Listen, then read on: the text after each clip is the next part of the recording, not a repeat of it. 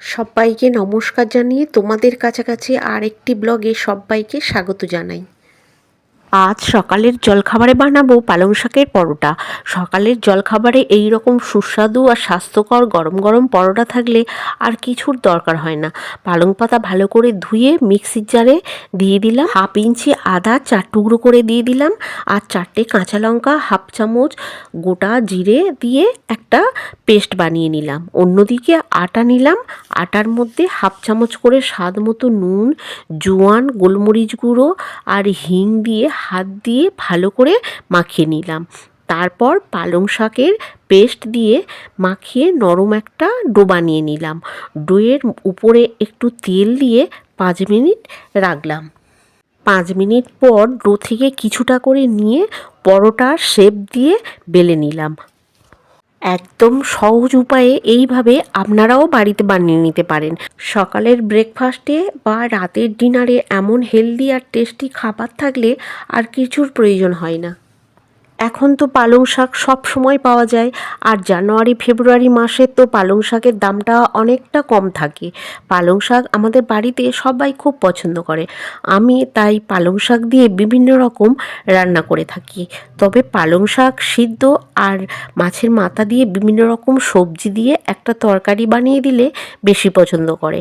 আর 2 ছেলে মেয়ে কেউ কিন্তু সবজি পছন্দ করে না। তবে পালং শাকটা যদি এইভাবে বানিয়ে দিই, পরোটা বা ওই মাছের মাথা দিয়ে একটা তরকারি বানিয়ে দিই, তবেই খাই। সবগুলো পরোটা এইভাবে তৈরি করে নিলাম, আর প্রথমে আমি খেয়ে নিলাম, ছেলেকে তারপরে দিলাম। আর ও তো দারুণ খুশি। কালো জিরে দিয়ে আর সাদা আলুর তরকারি বানিয়ে দেবো বলেছিলাম, ও বলল না, এতে টমেটো সস আর মেয়োনিজ দিয়ে খেয়ে নেব। ও তো পড়তে বসেছিল আর বলছিল পরে খাবে, তাই আমি আগে খেয়ে নিয়েছিলাম। দারুণ খেতে হয়েছিল। আপনারাও এইভাবে বানিয়ে নিতে পারেন, খুব তাড়াতাড়িও হয়ে যায়। যাই হোক, ওকে খেতে দিয়ে আমি দুপুরের রান্নার দিকে চলে গেলাম। আমরা মাছে ভাতে বাঙালি, আর সব সময় মাছ মাংস খাওয়া হয়, আর শীতের মরশুমি সবজি সেটাও খেতে হবে। আমরা বড়রা যদিও এই শাকসবজি পছন্দ করি, তবে আমার বাচ্চারাও কিন্তু একদম শাকসবজি পছন্দ করে না। পাতলা মুসুরির ডালের সঙ্গে পাঁচমিশালি সবজি, সেটা পনির দিয়ে হোক বা ডালের বড়ি দিয়ে বা মাছের মাথা দিয়ে হোক, সবটাই কিন্তু খুব ভালো লাগে। নামিয়ে নেওয়ার আগে জিরে গুঁড়ো, ধনে গুঁড়ো আর স্বাদ মতো একটু চিনি দিয়ে দিলাম, দিয়ে পালং শাকটা নামিয়ে নিয়েছিলাম। এই যে কত সুন্দর তরকারিটা হয়েছে। আর বিভিন্ন রকম সবজি আর পালং শাক আর মাছের মাথা দিয়ে এই তরকারিটা আমাদের বাড়ি খুব পছন্দ করে, আর খেতে দারুণ হয়। আর এখানে আমি নদীর মাছটা ভেজে নিচ্ছিলাম, পেঁয়াজ আর কাঁচা লঙ্কা দিয়ে একটু রসা রসা করব। মাছের ঝালটাও বানিয়ে নিয়েছিলাম, আর সব শেষে সববার খাওয়া হয়ে গেলে আমি আমার থালাটা রেডি করছিলাম। আজকের রান্নাগুলো খুব সাধারণ, কিন্তু আমার কাছে খুব অসাধারণ খাবার। আর সব শেষে আমি এই রকম সাজিয়ে নিয়ে খেতে খুব ভালোবাসি। সবারটাও সাজিয়ে দিই, আমিও শেষে এইভাবে সাজিয়ে নিই। খাবারগুলো খুব সাধারণ ছিল, আমার কাছে কিন্তু খুব প্রিয় খাবার।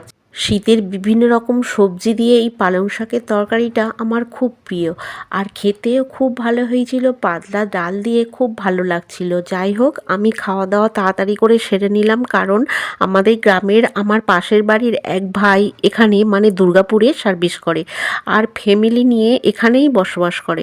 আর তার হঠাৎ স্ট্রোক হয়েছে, হাসপাতালে ভর্তি। সন্ধেবেলা আমি আর কর্তামশাই যাব তাকে দেখতে। আমরা সন্ধ্যার সময় বেরিয়ে পড়েছিলাম হাসপাতালে যাওয়ার জন্য, আর সন্ধ্যাবেলাতে রাস্তায় খুব জ্যাম থাকে, অনেকটা দেরি হয়ে গেছিল।